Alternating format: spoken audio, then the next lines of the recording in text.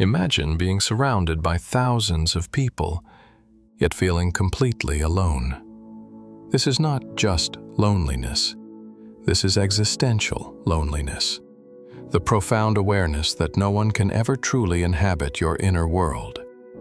In modern cities, this feeling is everywhere, hidden behind the rush, the lights, and the noise. Existential loneliness is a philosophical idea that has been explored in depth by great thinkers such as Jean-Paul Sartre, Martin Heidegger, and Albert Camus. Unlike ordinary loneliness, it does not simply mean being without company, lacking friends, or missing social contact. Instead, it arises from the recognition that every individual's experience of life is fundamentally singular and cannot be fully shared with another.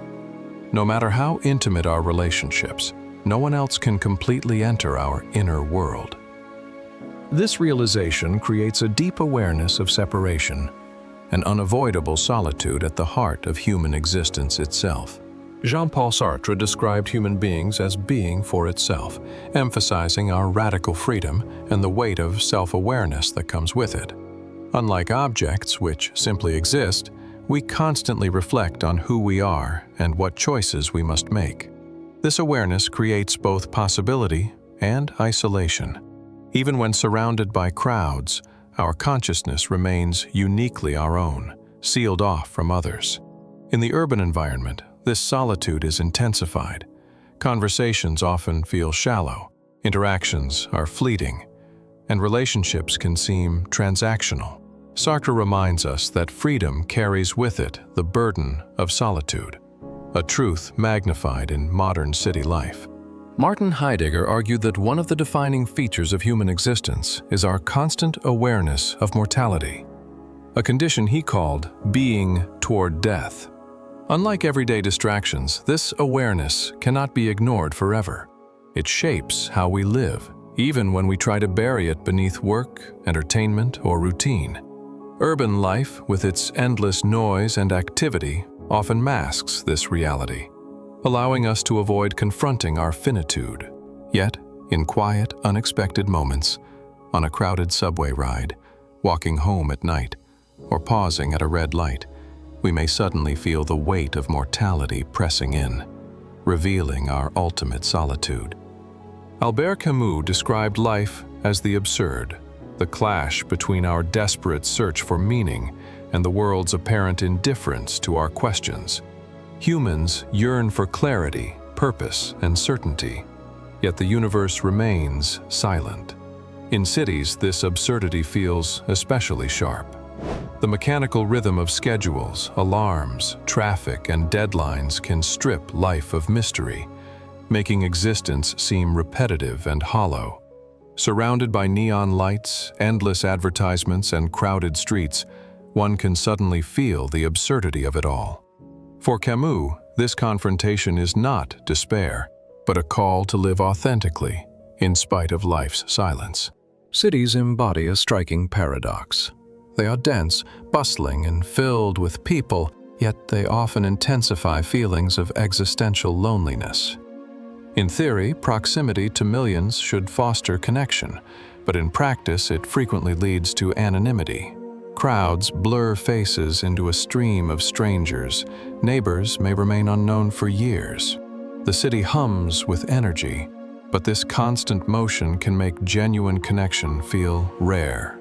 Urban life becomes a paradox of presence and absence. You are always surrounded by others, yet profoundly alone, caught in a tension between external closeness and inner distance.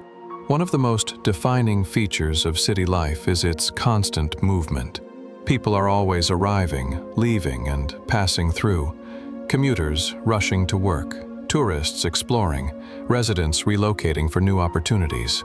This endless cycle creates a culture of transience, where relationships are often temporary and fragile. Friendships may be formed quickly, yet dissolve just as easily when circumstances change. The anonymity of crowded streets allows people to remain invisible, shielded from deeper connection. While this can feel liberating, it also reinforces detachment. leaving bonds too short-lived to provide the stability and intimacy that guard against existential loneliness. Digital technology promises constant connection, yet often deepens the very loneliness it seeks to solve. Social media gives the impression of closeness. Likes, comments, and messages mimic intimacy. But the interactions remain shallow, fragmented, and fleeting. Instead of entering someone's inner world, we encounter carefully curated images and selective words. This can highlight the impossibility of truly being understood. In urban settings where face-to-face connections are already scarce, digital life can replace authentic encounters with digital echoes. What seems like togetherness often intensifies isolation, reminding us that existential loneliness persists, even in an age of instant communication. The physical layout of cities can unintentionally amplify feelings of existential loneliness. Towering high-rises, long, impersonal streets, and sprawling commercial districts often prioritize efficiency over human connection. Public spaces, while crowded, can feel empty of warmth or intimacy. Even in a bustling plaza or subway station, one can feel like a small, invisible presence lost in the concrete and steel. The architecture itself can isolate, discouraging meaningful interactions and reducing opportunities for spontaneous connection. Urban design shapes not just movement, but emotional experience, subtly reinforcing the sense that, despite being surrounded by people, each individual ultimately inhabits a separate, unbridgeable world. Modern city life places immense demands on individuals, leaving little time for reflection or meaningful human connection. Work schedules, deadlines, commuting, and the constant need to earn a living create a relentless cycle of activity. This pressure often forces people to prioritize survival and productivity over emotional and philosophical fulfillment. Even leisure time can be fragmented or consumed by obligations, reducing opportunities to confront existential questions or engage authentically with others. The relentless pace amplifies solitude, making it easy to feel invisible despite constant interaction. In this way, economic pressures subtly but powerfully reinforce existential loneliness in urban life. Artists, writers, and filmmakers have long explored the theme of existential loneliness in urban settings. Franz Kafka's stories portray alienation within bureaucracies and crowded, impersonal environments, highlighting the human struggle for meaning. Modern films and photography often depict individuals lost in neon-lit streets or sprawling cityscapes, emphasizing the contrast between external vibrancy and inner emptiness. Literature, visual arts, and cinema remind us that loneliness is not merely the absence of people. It is the profound awareness of being separate from every other consciousness. Through these cultural reflections, urban existential solitude is made visible, offering both insight and resonance for the observer. Although existential loneliness is unavoidable, it can be approached with awareness and acceptance. In the city, surrounded by millions of people, it is easy to feel utterly alone. Yet this solitude is not empty. It is an opportunity. By embracing existential loneliness, urban life becomes a mirror reflecting our inner self, offering a chance to explore who we truly are. Moments of quiet reflection amid the noise, the crowds, and the lights allow us to confront the unbridgeable separation of consciousness and, paradoxically, find freedom within it.